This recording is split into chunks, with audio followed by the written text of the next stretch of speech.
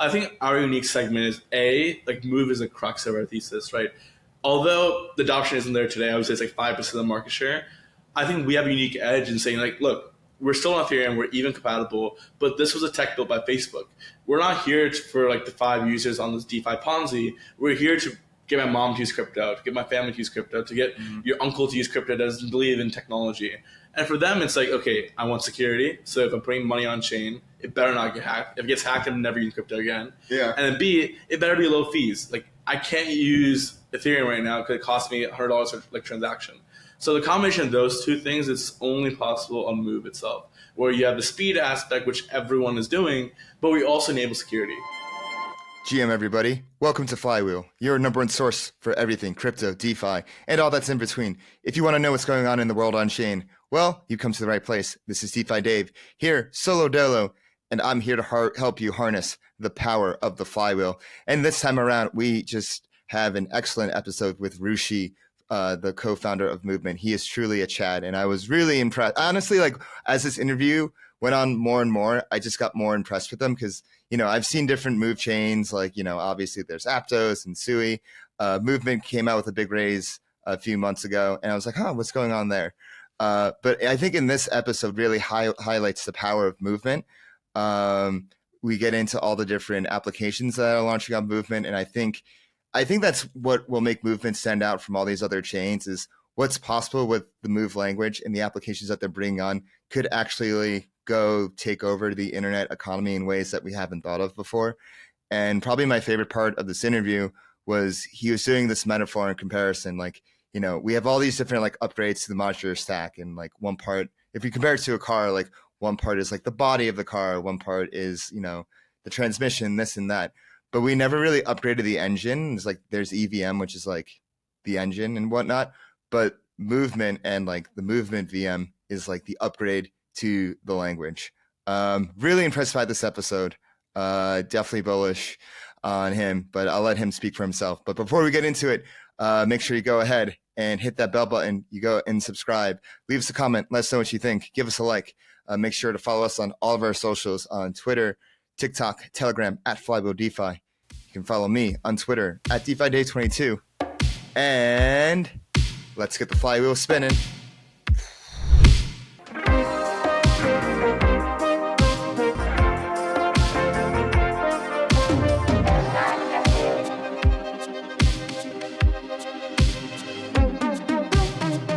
G-Move, everyone. G-Move. G-Move. G-Move. This is a special Flywheel edition in person. In the flesh, we have Rishi, the founder of Movement. Rishi, thank you so much for coming on. Oh, thanks for having me. I love in-person interviews. Yeah. I saw the Bear Chain DeFi Dave interview. I was like, I got to hop on this thing. Yeah, so the story behind this is he literally messaged me 2 days ago. And I'm like, oh, bet. Like, I've been meaning to have you on for a minute. And I was like, oh, yeah, let's do something next week. We'll figure it out.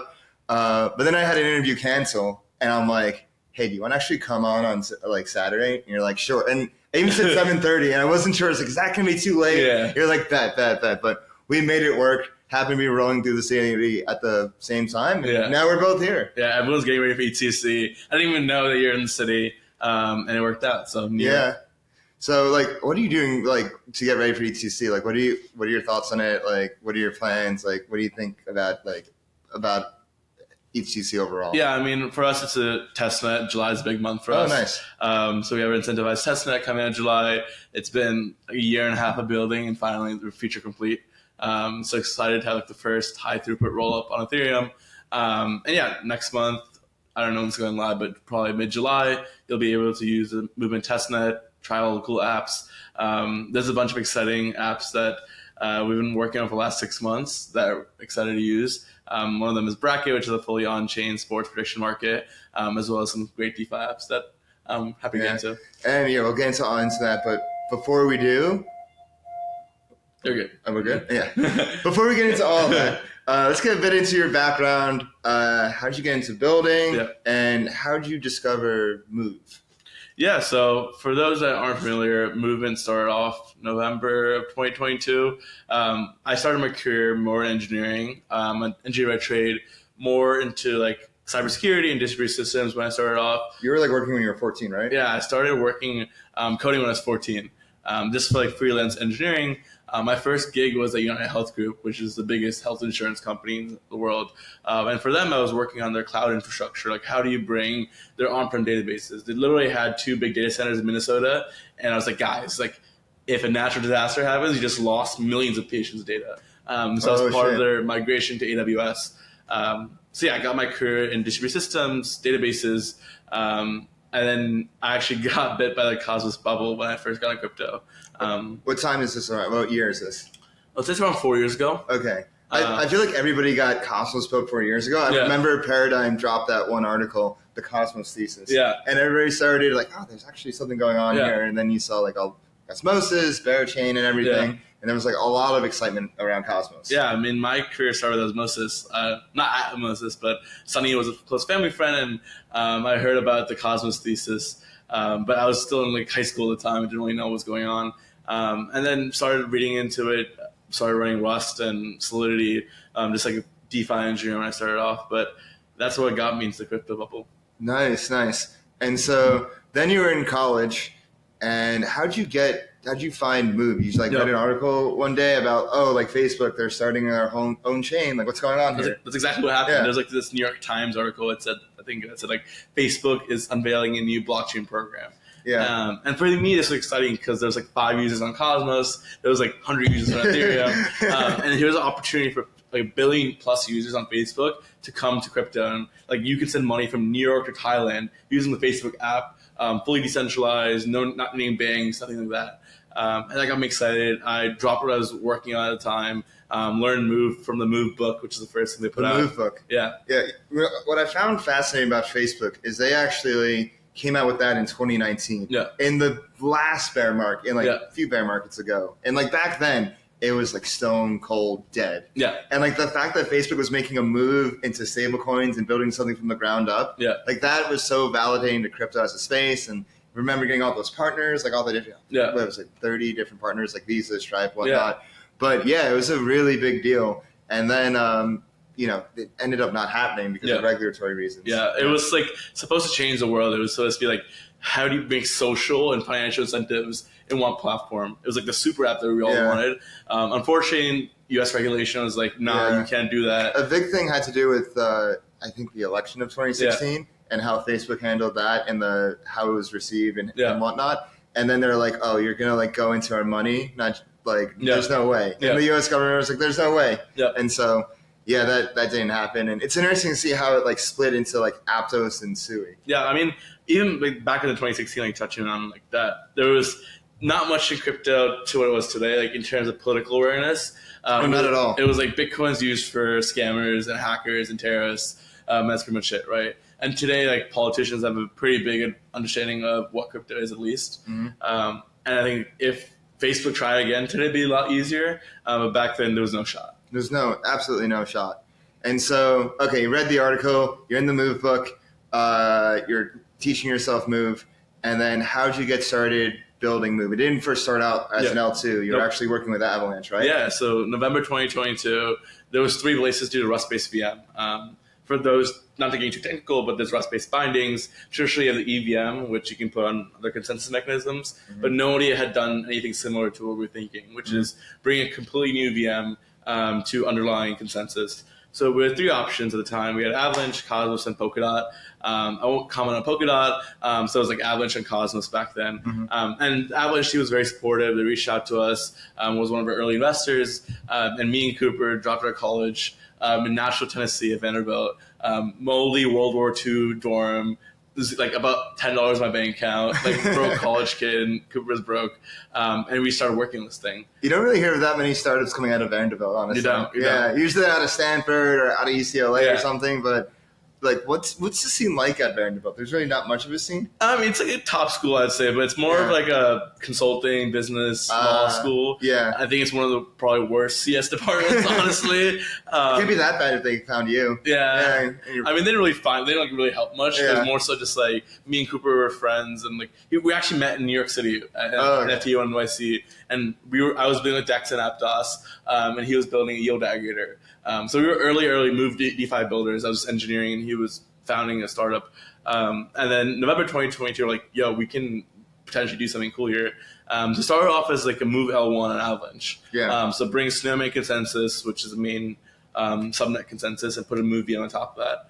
And the thesis was back then, still what it is today. Bring the Move language, what people call dead, and people were like, oh, it's not really major feature technology, and bring it to the EVM. And we started there. And then as time went on, we honestly struggled a lot. Like it was like, everyone's like, it's post FTX. We started a week after FTX. People were like, crypto's Perfect dead. time to start. Perfect time to start a crypto startup as a 20-year-old kid. Yeah. So most investors were like, A, got burned by FTX, B, weren't deploying, or C, didn't want to take a bet on a 20-year-old idiot. Which, to be fair, I wouldn't either at the time. Yeah. Because, I mean, a lot of people lost a lot of money. But yeah, we started building, had some scrappy early investors that now are pretty happy. But yeah, I think we started grinding for 6 months. It was like hundreds of no's. We were questioning if it even made sense. Everyone said EVM had won. This was when Solana's at like 6, 7, 8. Actually, it's like $7, $8. I remember that in December, January. Yeah. And everyone's like, oh, Solana's going 0. It's over. Ethereum won.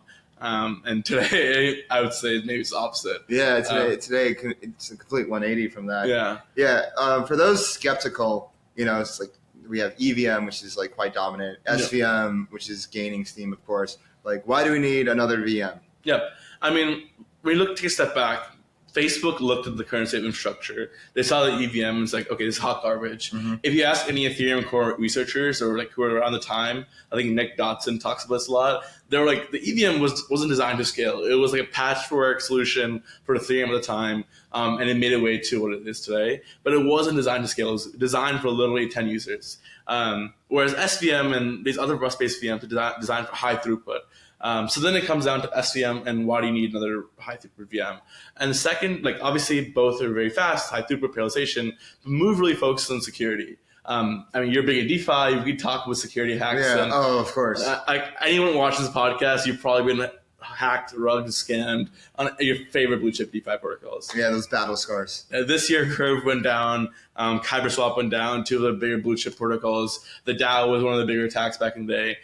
If you look at the scope of all these attacks, it's oftentimes the same issue. So Curve, blue chip DeFi protocol, they'll have like one of their devs accidentally support a wrong push. One line of code is a bad arithmetic error. Wasn't that the Viper hack though? Yeah, So it wasn't Viper. Curve, it was like the levanders in the language. His language itself was broken. Yeah. And you know the story behind the time, it was basically there's a switch in the Viper teams around the time. Yep. And then when they was switching, like this thing just got missed. Yep.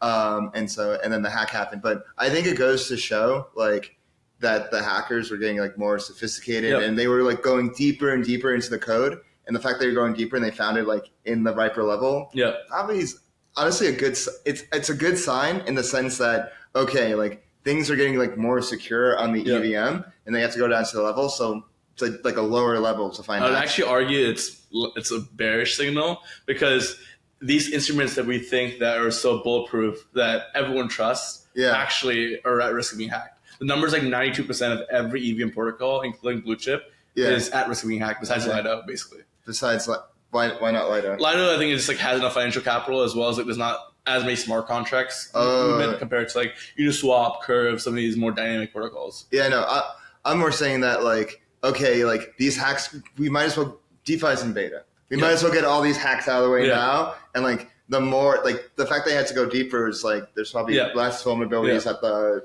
easier levels. And like eventually, like what my thinking is like, the EVM will be better. Yep. But at the same time, I hear you out. Like I heard this quote before, like the EVM is stringed like spaghetti. Yeah. Like we have to like, it's a very like it's like a very roundabout way to like get security. A very like test and prod way to get security. The way I explain it is like the EVM was good for what we needed to do, but the bigger issue is human error, right? Like for example, like a random dev didn't mean to put arithmetic error in the recent like Blastables hack or whatever, Munchables hack and blast, right? Usually it's like a developer who isn't as experienced made an accident mistake and then overnight lost everything. So what Move introduces is this concept of formal verification, which means when I execute a smart contract or I deploy a smart contract, it checks for safety before executing. So let's say, for example, I'm a dev in the EVM. If I have one line of code that's really like wrong, there's integer overflow, I messed up one line, there's nothing stopping it from getting compiled. So if you put bad code to the internet, I can see like, hey, he messed up. Let me get in there. Done. Oh, okay. With Move, you're not allowed to publish that code because it checks the resource type, memory safety. You can think of it like a firewall in Web 2 for your PC, right? If you have a firewall on your Mac, if you have like a Trojan virus coming in and be like, hey, you have virus coming in to shut it down, right? Move is a firewall for crypto. Move is the firewall for crypto. Okay, got it. And with Move, there's like different types of Move though. So there's like Aptos Move, there's Sui Move. From what I understand, Sui Move is trying to go for like higher throughput. Aptos is more trying to go for like security minded. Can you go into the differences between the two? And like, I guess like why can't we just have like EVM? Everything EVM's the same. Like you can deploy on every EVM, but that seems like it's just making things more complicated. So I disagree that they shouldn't have been to Move language. That's the biggest mistake possible. So when I was building, I was one of the first 10 Move builders. It was very frustrating to have Aptos and Sui Move, completely two different languages, by the way. It's like React and Vue and JavaScript. So like if you build Aptos app, you can't deploy it in Sui, which was a big mistake for starting off. Made a lot of confusion for developers. Obviously, both sides didn't like each other. So if you picked one side, you were like North Korea and South Koreaing it. I won't comment on the situation, but like, it was quite difficult. And I think something that we're working on is more unifying the tribes. But to get more experience, like Aptos is more in line with the Facebook DM style. So DM had this language called Move. Aptos took it directly, while Sui spent another 6 months iterating. I would say Sui is more similar to Solana in semantics and how consensus works, while Aptos has the security and the Move prover. So you can argue that Sui has better speed compilations, while Aptos Move is more secure, but they're the same bytecode. So Movement, we support both Aptos and Sui Move in one stop while having even compatibility. How is that possible? How can you support it all? So we still use MoveVM under the hood, but it's the same bytecode from Aptos Move and Sui Move. They're different, semantics, but they boil down to the same thing. So essentially, you build the RPC translation mechanism for Sui Move, and that boils it down and Move bytecodes that the VM can understand. And then you have like a compiler for EVM. So we have Fractal, which is the EVM interpreter. So if you're Uniswap, you can deploy the EVM smart contracts. If you're an Aptos app, you deploy directly. If you're a Sui app, you can deploy and compile the bytecode down. Uniting all the tribes here. We are like Avatar: The Last Airbender for like all the different tribes. And I love the name Move. So it goes so well with Avatar, that whole vibe. But let's get. So now we're at the point. Like, what is Movement? What do you got now? So Movement is the first Move EVM, layer 2 on Ethereum. The way to think about this is a parallelized EVM mixed with Move on top of Ethereum. Question is, why layer 2s? Why don't do it on layer 1? Why not be a bearer chain? And I think like the way we looked at it was there's already 2 Move layer 1s. The biggest issue with next-gen and high-throughput or alternative programming languages is how do you get liquidity to the ecosystem. When you talk to a lot of LPs and when they looked at Aptos, Sui, and even Solana back then, you have to buy APT, buy Sui, buy Sol, which is a pretty fluctuating price. For a lot of LPs, it's a scary asset to buy. It goes down 90% in the bear. Solana's a lot better today, obviously, much more stable, but back then it wasn't. In Aptos, since we aren't today. So the thesis was, how do you use ETH as a stable asset, as a liquid asset that everyone trusts, buys, everyone here uses ETH, and bring it to this layer 2. So you can use the benefits of Move without leaving Ethereum. I'd say one of each strongest points is it being a store of value that everyone uses. Like the fact that it's established itself on mainnet, and that's kind of just permeated throughout all these different rollups and L1s and whatnot. And it's such a strong network effect. That's like the currency of DeFi, currency of NFTs. Granted, like now you have like Bitcoin coming up again, but go ahead. I would say the value of Ethereum layer 2 isn't like what sequencer they use or what like fraud proofs they use. Like Blast doesn't really have any of that, right? What the main value prop is ETH. It's literally ETH. ETH. Like ETH's inherent value as an asset. And it's like a very trusted asset. Same with Bitcoin, right? Bitcoin is a little bit less programmable, so that's we're seeing a lot of changes now, but it's really difficult to work with. ETH is not only really programmable, really easy to move around, but very, very secure today. Have you ever tried to work with Bitcoin? We actually have a team called Nexio that is announcing the raise next month. It's a MoveVM on Bitcoin. MoveVM on Bitcoin. Whoa. So you're using our stack. They're using our stack.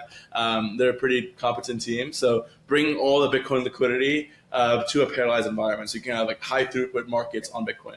can this exist with like the current like Bitcoin stack now? Will there have to be any BIPs for this? I'm not a Bitcoin guy, so I could probably answer it. But for the way I understand it is they built essentially a compiler for the Rust-based VM to Bitcoin.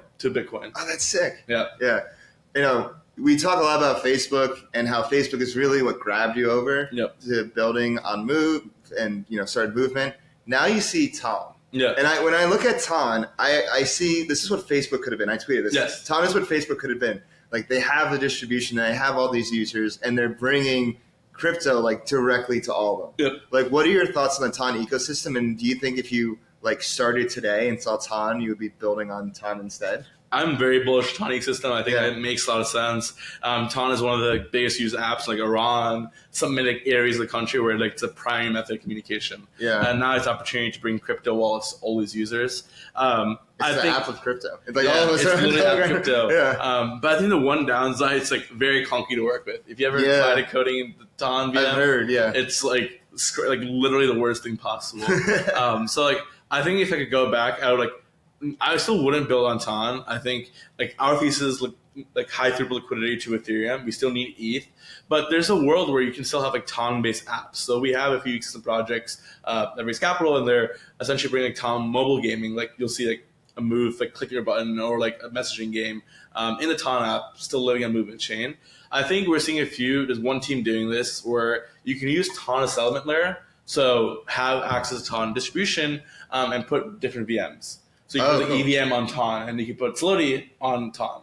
And you see the other way around, where you have like the Ton VM on top of Ethereum. Yeah. Where you Ton L2 or something like that. Yeah. I mean, there's like two ways you can go, right?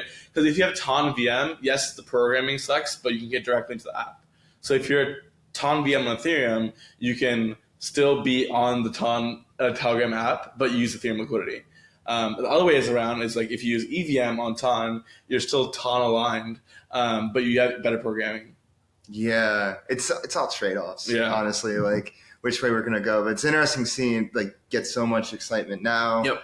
How it'll develop in the future. I think about like who's like what's gonna be like the next big chain. Yep. Like this because last cycle like Solana has established itself as like clearing it's cleared its path. It's like it's really developed its own lane. Yeah. And now like I feel like Ton is like a pretty good candidate to be like the fourth one to come out this cycle to like be that because they have the distribution. Yeah, they have the users. The question is like how beneficial are these users? Because a lot of these users are like tappy games. Whereas what Facebook literally had was like this Facebook's the biggest social app. They have all these partnerships lined up.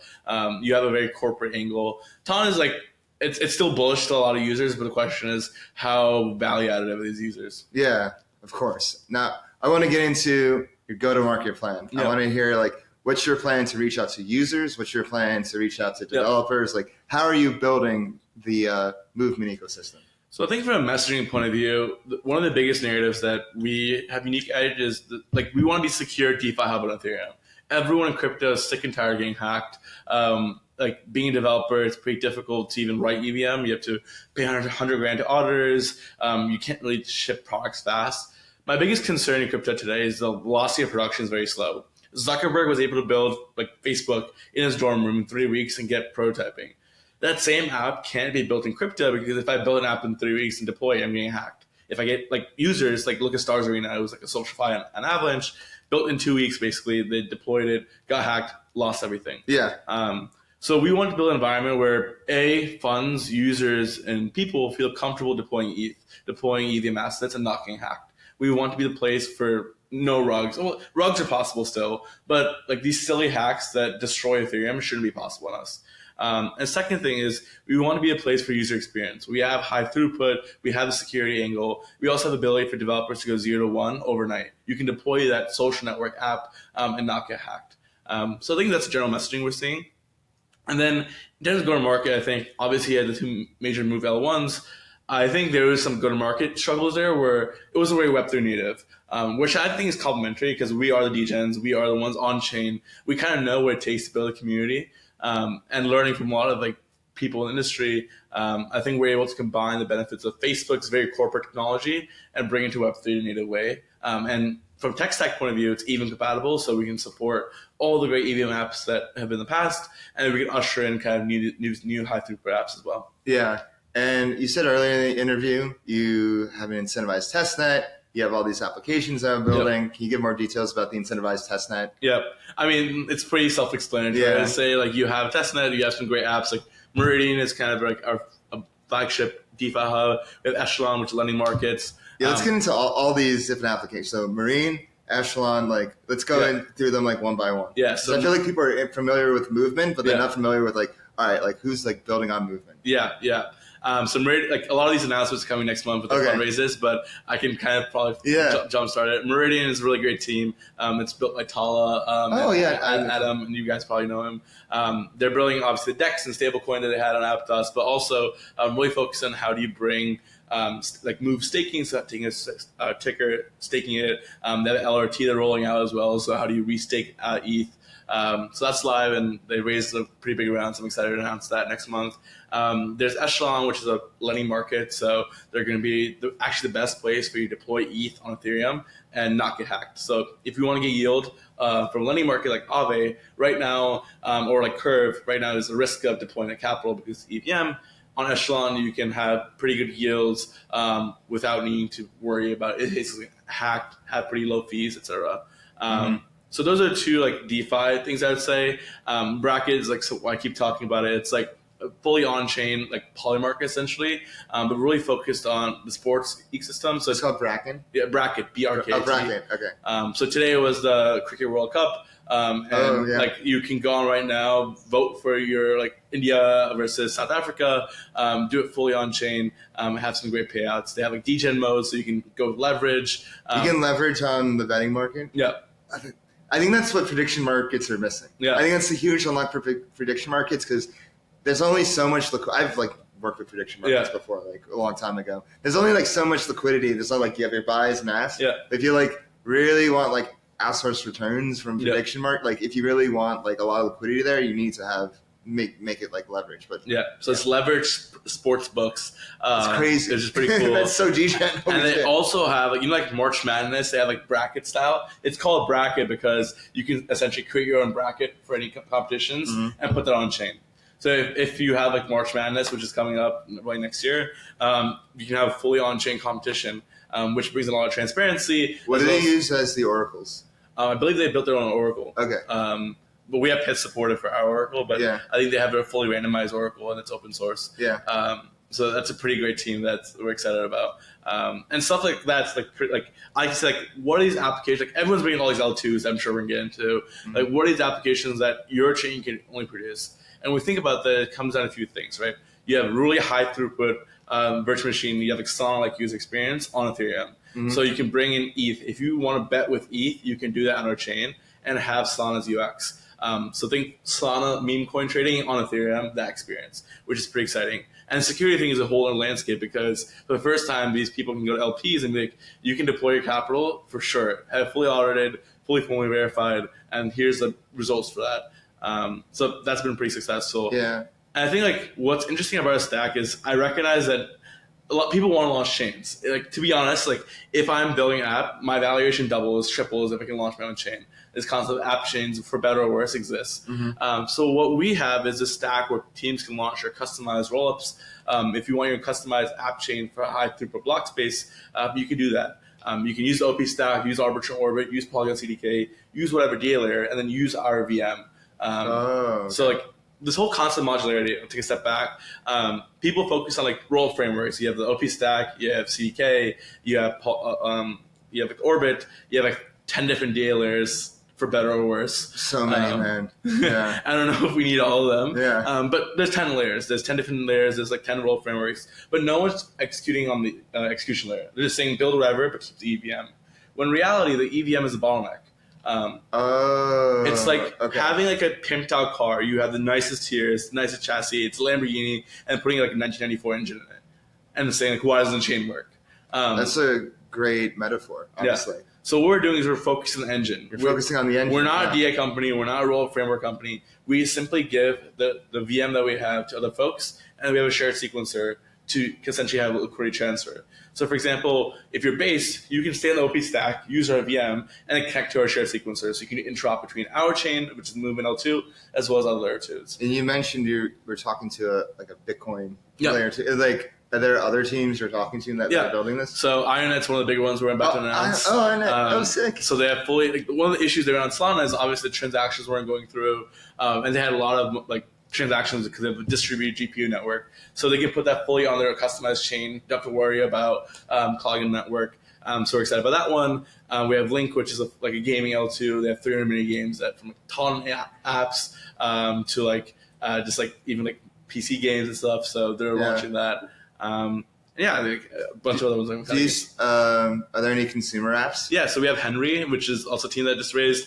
It's like you use Honey, right? Whenever you purchase. Honey. Yeah. So it's like consumer cashback app. I've seen 10 of these, right? And I was like, what's the benefit of another one of these? I think what's interesting is that they have their ecosystem because they have a customized chain that consumer teams building on top of them. So for example, if I have a marketplace, I'm selling shoes, I can build my own essential portal on top of this chain. And they have 20 partnerships with Crocs and some of these big retailers. So when I go on the Crocs website, I can buy a pair of Crocs and I'll earn Henry points. I got it. Which will qualify you for future airdrops.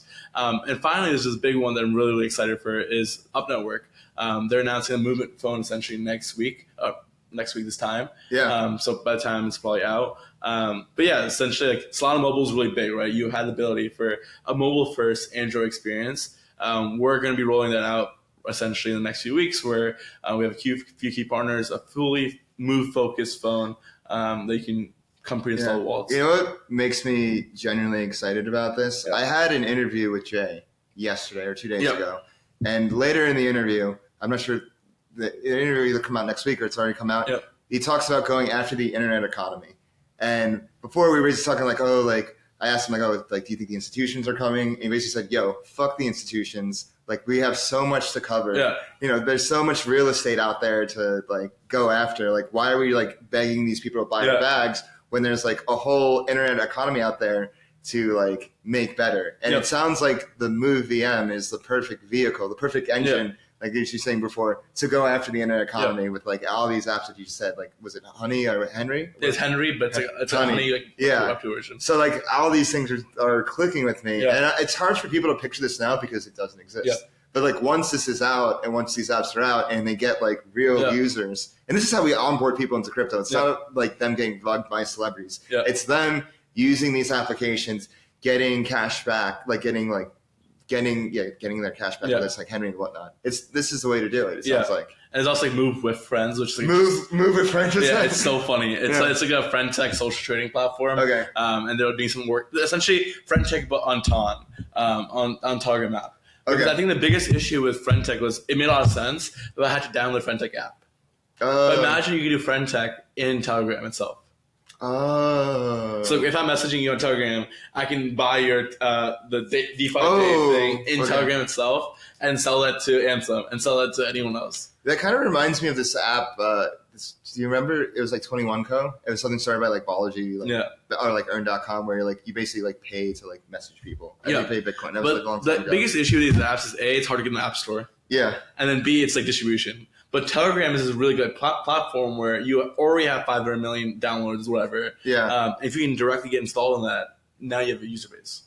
Yeah, no, absolutely. And I was going to ask you, with there's all these different chains that are launching with the pitch, hey, we have Solana execution, but with AVM, there's what is it, Monad, there's Mega ETH that just raised.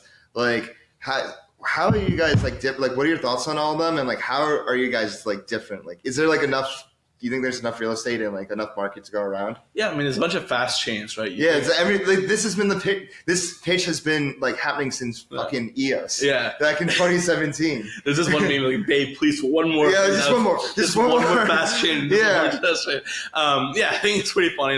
It ultimately depends on most of these things won't work out, honestly. Mm-hmm. Solana's probably the only fast chain that's still here today. That's worked out, yeah. And it's difficult, right? But it comes down to what is different for the user experience. I think we had 50 ZK EVM L2s. None of them really does people care about. The difference is the user experience doesn't change. if I use Optimism versus ZK EVM versus like any other L2, it's functionally the same thing. So I think there's this concept of these next-gen markets coming out. You have Monad, you have MegEth just announced, and then us that are really leading like a fast chains market. But how do you bring that to the Ethereum landscape? Because in the past, it's always been like launch a new chain, but be isolated from Ethereum. Mm-hmm. When in reality, Ethereum is what we have today. It's where majority of liquidity mindshare users are. So Mana is doing that by essentially launching a new layer 1, but they're very EVM compatible. They're focused on Ethereum alignment to what degree they are. Mm-hmm. We can argue if it's competitive or not. But, MegEth is also doing that as a layer 2. I think our unique segment is like Move is a crux of our thesis, right? Although the adoption isn't there today, I would say it's like 5% of the market share. I think we have a unique edge in saying like, look, we're still on Ethereum, we're even compatible, but this was a tech built by Facebook. We're not here for like the 5 users on this DeFi Ponzi. We're here to get my mom to use crypto, to get my family to use crypto, to get your uncle to use crypto that doesn't believe in technology. And for them, it's like, okay, I want security. So if I'm putting money on chain, it better not get hacked. If it gets hacked, I'm never use crypto again. Yeah. And then B, it better be low fees. Like I can't use Ethereum right now because it costs me $100 for like transaction. So the combination of those two things is only possible on Move itself, where you have the speed aspect, which everyone is doing, but we also enable security. The issue is that security is not like privacy, where it's not sexy. There's not one privacy coin that's pumped. There's not one security coin that's pumped. So no one like really cares about it. There's not an incentive there. No incentive. Yeah. But if it's part of the business model where it's like we're also just as fast as you, we're also really secure, that's what gets people excited. Yeah. And also you have a community and do that stuff. And looking at all these different chain launches that have come out, like as a founder, like looking at all these different rollups that launch, it was like, what is it, like Blast, UK Sync, this and that. It's, you kind of see like the valuations go lower and lower and lower. It's just like, because L2s and rollups are not like a unique thing anymore. It's like really easy to launch one, whether it's like with a RAS provider or you build it from the ground up. So like when you look at this, does it make you nervous at all? Like what are your thoughts about all these different ones launching? Yeah, I think just like there's no product differentiation. If I'm a user, like I don't know what the difference between like ZK Sync, Blast, Optimism is. Like they all are great technologies. There's like hundreds of millions of dollars of support in research and development, but there's no user experience difference. If I want to trade my meme coin, the meme coin trading is the same on Blast, on Base, on anything. And then the combination of that with a poor market sentiment and this whole concept of we're going to raise a lot of money and then not really incentivize the community, that kind of concoction has led to a lot of bad sentiments. I think the first thing that we need to correct that is have fundamentally new products, fundamentally user experiences. So I think we'll be the first high-throughput layer 2 in the market, first mainnet, first testnet. So it'll be the first category creation that we're doing. Is a unique community. We have built up a pretty big community in like Africa and Southeast Asia that we're pretty proud of. And I think just like things like Verichain, where it's like a fundamentally new consensus mechanism, a new DeFi experience. There's new things that can be built that gets people excited. Yeah, I would say Verichain, I feel like is an exception there because there's like really something different going on with proof of liquidity. That's some like novel consensus from the ground up. And like what they're trying to do there. And speaking of Verichain, like they have such an incredible activation for their testnet. And I think what they did right was with like the NFTs, they basically like got their, presumably like got their early users rich. And I think that's like the key is to like it's like religion. You make your early believers like, you know, make them happy. It's all about wealth creation. Wealth creation. So like what's your plan for wealth creation for like the earliest users? I mean, we're about to roll out our testnet campaign. I think one thing that Blast did really well is that they incentivized early builders. They said, like, we're going to have a large token supply. We're going to give that to the builders who contribute. So I think they did a good job in that. But they set the expectations too high. So like, they had like 1.5 billion in TVL that was farmed essentially. If I put $50 million into the airdrop, I got $10,000, which from a POI point of view is the best, right? So I think this is blend of like, okay, you want to give the community airdrop, but you want to do it in Celestia-like style where it's like people are surprised with airdrop, not farming. So for like ZK Sync and some of these other L2s, people really farmed it. They spent like 3 years in farming this thing. And when they didn't get the outcome, they weren't happy. Which you can argue is an entitlement. It's not entitlement. That's debatable. But I think the key is to not set up expectations. And we're doing that through this program we're announcing with Parthenon, where we obviously give builders and a large percent airdrop to the builders. But there's a way that we'll have a tier system so you're able to distribute the rewards pretty effectively.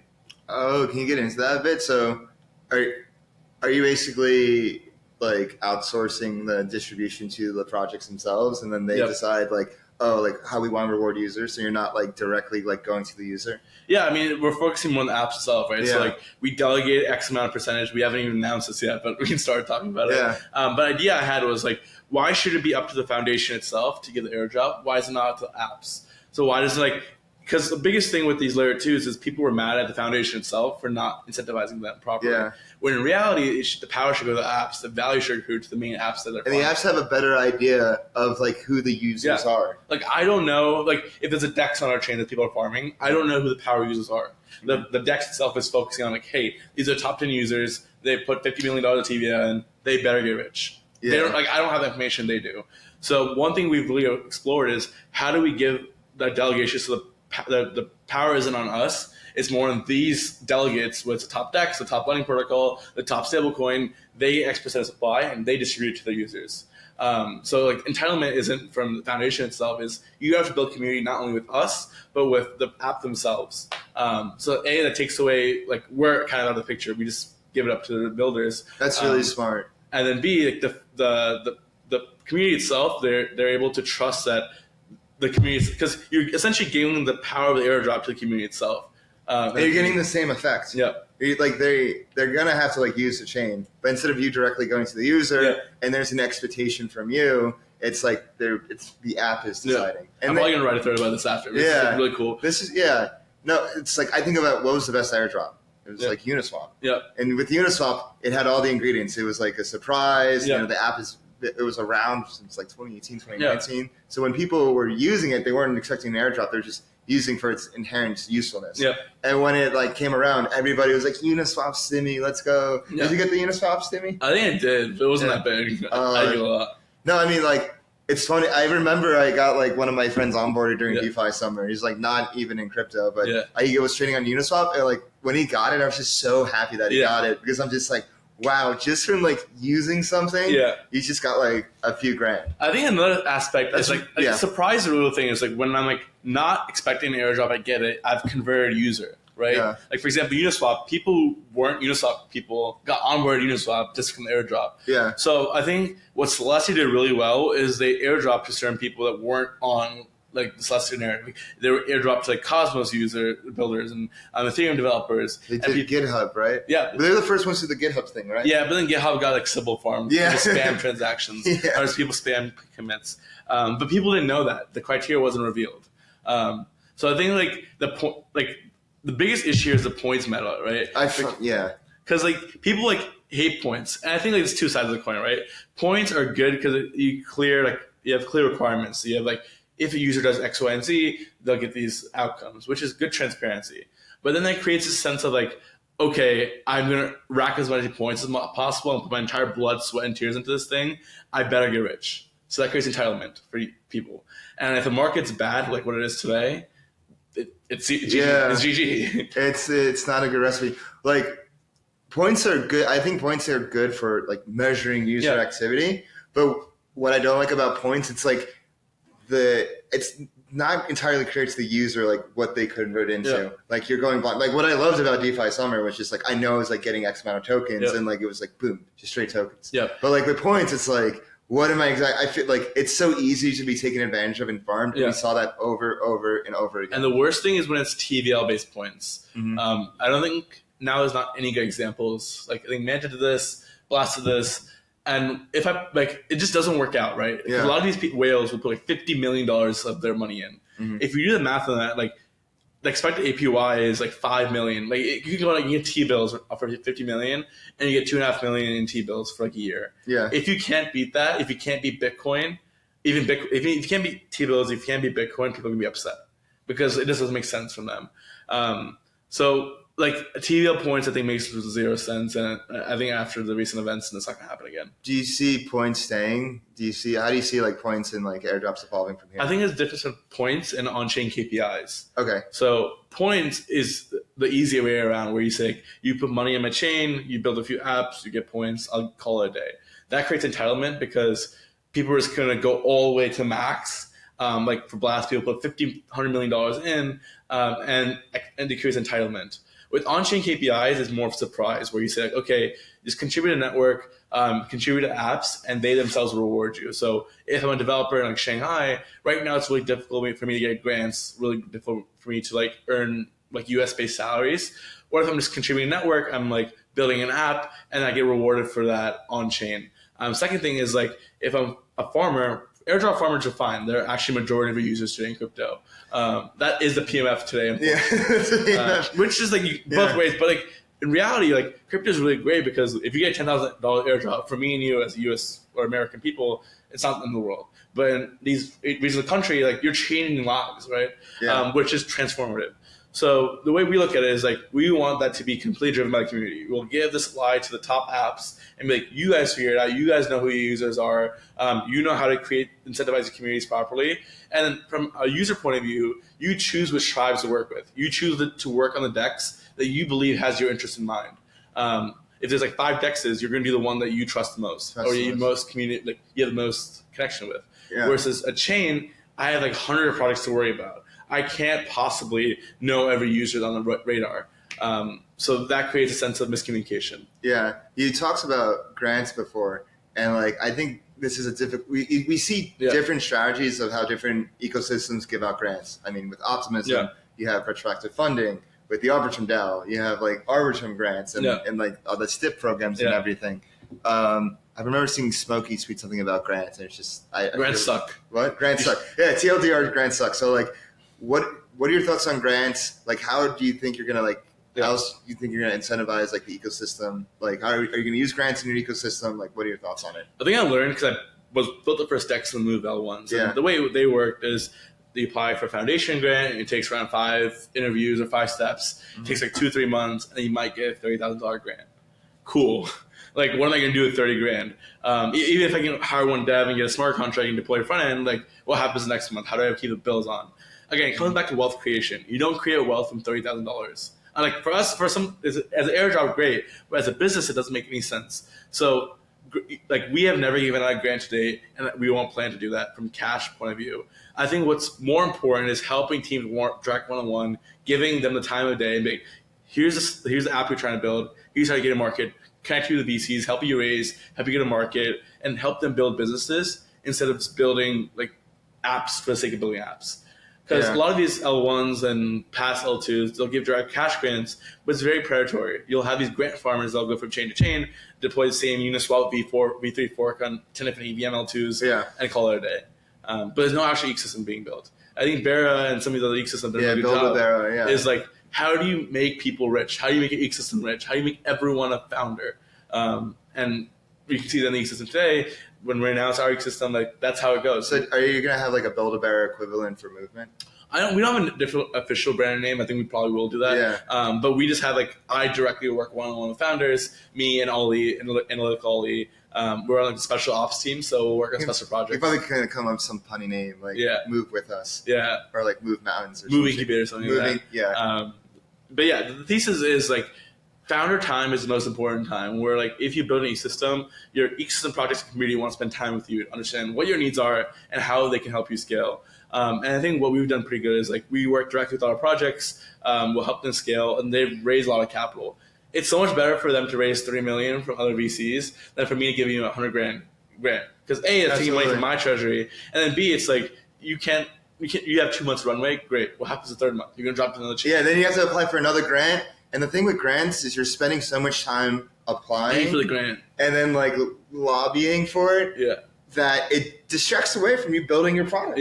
It's like kind of counterintuitive. It never made sense to me because you shouldn't have to apply to like a foundation to explain why your product's useful. The market should validate that. Like if I'm building a social app, like a foundation shouldn't tell me if it's good or bad. The user should. The market should, the VCs should, the funders, like angel investors should, maybe it's community rounds, like node sales, whatever it means. Like the community will validate the PMF of product, not the foundation. Grants never made sense. But do you think grants make sense for foundations, like like Arbitrum as their STIP program? And go ahead. I think I don't know how I feel about STIP program. I've heard like good and bad things about it. Obviously, there's like a few people who are a few teams, apps directly involved, and they kind of give each other grants. So I think I wish it was more decentralized in terms of power. It is interesting that teams can vote for here's their incentives and try to drive competition. But what happens is the biggest DEX, for example, will fight for the biggest grant and get the most liquidity. And if you're the fifth DEX in Arbitrum, you're kind of screwed, right? Or you're the eighth DEX in Arbitrum, you're not really getting the love you want. Like the leaders cement even more. Yeah. It's just a lot of king making that happens, which in early ecosystems like Solana king maked when it first started off, but they needed to. And now it's like an open market and they're not like directly king making. I think Arbitrum is still in that phase where it feels very king made. I think Optimism's approach is different, like retroactive grants, like giving artists public goods. I think those deserve grants. Like if you're building an index or API, not really a business model, but you're just doing it for the good of the public. I think that's a great grant. If you're building art, if you're building an NFT collection, good for the public. I think any grants that go towards like public goods that are like not designed for business models, that's great. Basically, the grants, like people do stuff not for the profit motive, for the community, for the sake of doing it. Yeah. Like if you do things for the community to help fellow builders, that deserves a grant. But if you're trying to build a company, my grant isn't helping you. It's actually like making it worse because people think you saw like a charity money. Yeah. No. Absolutely. I feel like we can go on about this. Like we have a lot of thoughts. I'm just gonna ask, like, when building, like, what keeps you up at night? Like, what if like the move language isn't as like secure as you thought it was, or like, is there anything that really keeps you up at night? I think like my driving factor is I want to build shit that like people actually use. I like there's 500 EVM L2s, there's like 1,000 L1s, and most of them have failed because they're the same copy paste. You have Uniswap on the 50th chain, you have curve deployment on the 10th chain. Like there's no fundamental user experience difference. And I think we're finally getting to the point where infra is kind of done. Like we've kind of like we've done it. I think we've built. There's no more one more chain. I think we had the fast L1s, we had the fast L2s, we've solved all the problems in front, and the markets, you feel that way. Absolutely. The 30th L2 isn't doing well anymore. Now it's like Ondo that's at $11 billion. Like cool, like way to do on-chain treasuries that they've unlocked. It's Athena that's ripping. So the market, even the funders are now recognizing this. I think from my point of view, it's like, how do I get my friends and family in crypto? Whenever I talk to them, they're like, crypto's a scam, I'm going to get hacked, I'm going to rugged. And they're probably right, honestly. You look at Peck Shield, or you look at every day as a new hack. And I think that's like, I really want to build a secure DeFi hub in Ethereum. Like I want to make security sexy again. Like people can trust. Make security sexy again. Like getting it tatted on me. I was saying that. But I want people to trust these systems. People trust AWS. People trust websites. People don't trust blockchains. They're like, it might get hacked, might get scammed. But you know what? It's fine. Me and you are used to $50 million hacks. But a 14-year-old girl who puts their bank, like the life savings in this thing, they're going to like, it's going to break them, right? Even for institutions, like we all sit here and talk about institutions, they will never come unless if you're getting hacked $5 billion every year. It doesn't make sense. You can't put like a pension fund on chain. Like grandma is going to be really upset when it gets hacked. And I also was going to ask, like, okay, we talked about you guys are really innovating on the execution layer, but something I've really been thinking about is what's going to be like the Google Chrome of crypto, like the UX UI. Like there's all these different VMs, but like how's like it's like hard to access all of them. So do you think about that too? Like, what are your thoughts on like what will be like the consumer, like the consumer interface of crypto? If I wasn't building on movement or building movement, I'd do chain abstraction, which if you look from a bottom up point of view, we had DA, 10 DA layers, they all got funded. You have shared sequencers, they all got funded. You have execution layers, they all got funded. And now it's like the last piece of infrastructure. There's one more piece, please. But it's chain abstraction. There's essential SDK that lives on top of all the different rollups that connects rollups, L1s, L2s, that connects everything. So if I'm a developer, I simply deploy a smart contract and be like near deploy dash avalanche, near deploy dash movement. I think nearest really working on SDKs, but that's just an example. I can use one CLI, deploy a smart contract, and go everywhere. If I'm a user, I don't have to click from drop down from Uniswap to Arbitrum to whatever. I just go on my front end, send ETH from Optimism to send ETH from one app to another app, and there's no chains involved. So I think that's the next major unlock where we have like SDKs. We'll maybe have like an abstraction chain, something like that takes everything away. I think that's coming soon. Yeah, no, chain abstraction's a big meme as well, and I think that between like that and I've never thought about the execution layer before in the way you described it because I'm so EVM like minded. Like I like came up using the EVM. I've seen and even before that, I used like EOS Yeah. and like this. There's like coded in C++ and this and that. Yeah. So like I was even more like in like my head was like forward in the EVM. But once I saw Solana like really take off, I was like, all right, time to like look at other things, like evolve your thesis. The best example is if you look at Web 2, like most websites start off in like Ruby and PHP. That was everyone used. Even like Facebook was built on Ruby, and people were like, oh, that they won. Then JavaScript came out, and people were like, oh, it's probably not going to exist. It will die. Then React came out. And then React came out, and then Vue came out, and Angular came out, and then you can build a website in 10 seconds. And that was a major unlock. Like, wow, the speed, the security of this thing, the UX of this thing is 10x out of PHP, and PHP sucks. So the same example is exactly what's going to happen in Web3. I'm like putting my entire life on it. It's like literally EVM and the Bitcoin script were great when they started. Like Bitcoin script, first blockchain basically, right? EVM was the first programmable blockchain. But they are limited to those past use cases. If you want to use Uniswap today, use Curve today, great. That will work. If you want to do a fully on-chain predictions market, a fully on-chain order book, a fully on-chain MMO, it's simply not possible in EVM. Every layer 2 went down at 100 TPS. Ethereum does not go past a certain amount of throughput. It is now time for these Rust-based next-gen VMs because now you have use cases to demand it. You want Facebook on-chain, use the language that Facebook built. Yeah. I think that this is a great place to end it. But before we go, we have like a little lightning round where we just like ask questions that are just more lighthearted and stuff. So the first one is, when did you first touch the chain and sex doesn't count? Wait, when did you first touch the chain? What do you mean? Like, when did you first go do an on-chain activity? Like, did you use Uniswap? Okay. Did you use like synthetics? Oh, okay. When I first tried. I bought Coinbase. I bought like ETH. I would say like 5 years ago. Yeah. Did you use like any apps? Did you use Ether? No, I just kept it on exchange. Oh, no, you can't. Sex doesn't count. Oh, sex doesn't count. Okay. Yeah. That's what I meant by sex doesn't count. I think I used I used Aave. I just like got ETH lending protocol. Yeah. That was the easiest way for me to deploy. Yeah. What would be some advice to your younger self?